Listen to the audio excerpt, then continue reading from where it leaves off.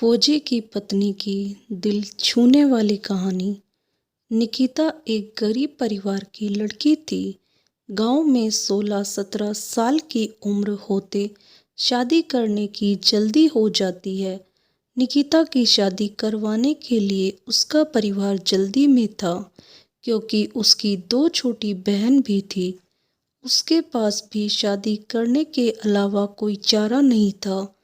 वह दिखने में साधारण थी और घर के हालात भी दहेज देकर शादी करने के लिए अनुकूल नहीं थे।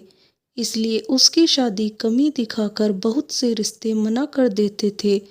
अंत में एक रिश्ता आया और उस लड़के ने उसे पसंद कर लिया।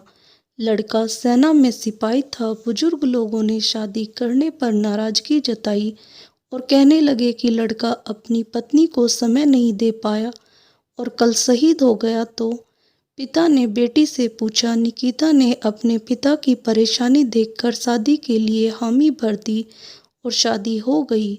निकिता अपने ससुराल चली गई। फिर कुछ दिन बाद पति ड्यूटी पर चला गया। निकिता अकेले रह गई। वह सोचने लगी कि घर बैठे बैठे क्या करना चाहिए। सास से पूछने के बाद ही वह पहली बार घर की सीढ़ियों से नीचे उतरी। यह गांव कैसा है वह देखने गई थी। गांव बहुत बड़ा था।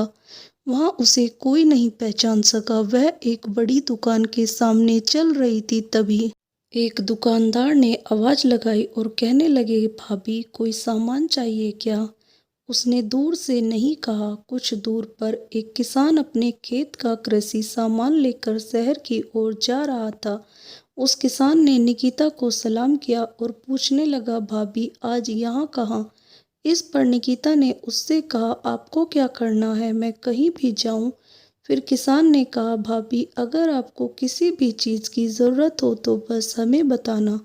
धीरे धीरे निकिता आधा गांव घूम चुकी थी, लेकिन ऐसे किसी से कभी नहीं मिली जिससे उसने बात नहीं की है। निकिता का सवाल था, इतने बड़े गांव में हमने कभी घर नहीं छोड़ा और किसी को जानते भी नहीं है, और फिर भी लोग मेरे साथ इतना प्यार से पेश आ रहे हैं और मुझे सम्मान दे रहे हैं। हमारे गांव में कभी मैं पुरुषों से आंख भी नहीं मिला पाती थी। लोगों की ऐसी गंदी निगाहें देखकर मैंने उम्र में आने के बाद घर से बाहर निकलना बंद कर दिया था। लेकिन यहाँ स्थिति इतनी उल्टी कैसे? घर जाकर उसने अपनी सास से पूछा। सास ने कहा, ओ तुम एक फौजी की पत्नी हो, इसलिए तुझे गांव में इतना सम्मान मिलता है जैसे मुझे माँ बनने से मिलता है। यह सुनकर निकिता की आंखों में खुशी के आंसू आ गए। उसका सीना गर्व से फूल गया। वह खुश थी कि उसने एक फौजी पति चुना था। दोस्तों, आपको ये कहानी अच्छी लगी तो कहानी को लाइक करें और मेरे चैनल को सब्सक्राइब करना ना भूलें। धन्यवाद। राधे राधे।